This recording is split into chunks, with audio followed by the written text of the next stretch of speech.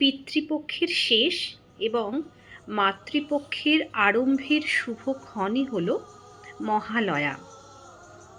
এখন এই পিতৃপক্ষ কি তা একটু সংক্ষেপে জেনে নেওয়া যাক। সনাতন ধর্ম অনুসারে আমাদের প্রত্যেকের জীবনে 5 ধরনের ঋণ থাকে।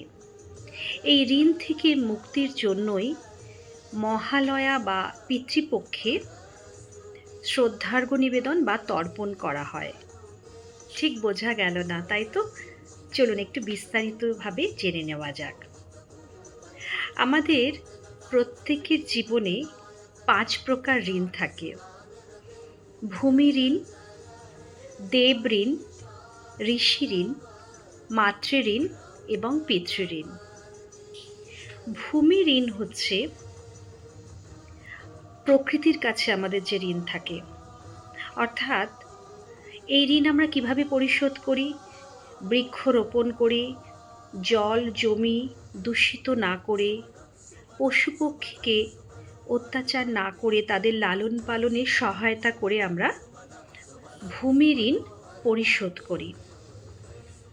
ঋষি ঋণ, ঋষি বা গুরুর কাছ থেকে আমরা যে শিক্ষা লাভ করি, জীবনে চলার পথে তা যথাযথ পালন করে আমরা গুরু ঋণ পরিশোধ করি। দেব ঋণ, বৈদিক ধর্মকে সম্মান জানিয়ে পূজা অর্চনার মাধ্যমে আত্মার শুদ্ধিকরণ করে আমরা দেব ঋণ পরিশোধ করি। মাতৃঋণ, মাতৃঋণ অপরিশোধ্য।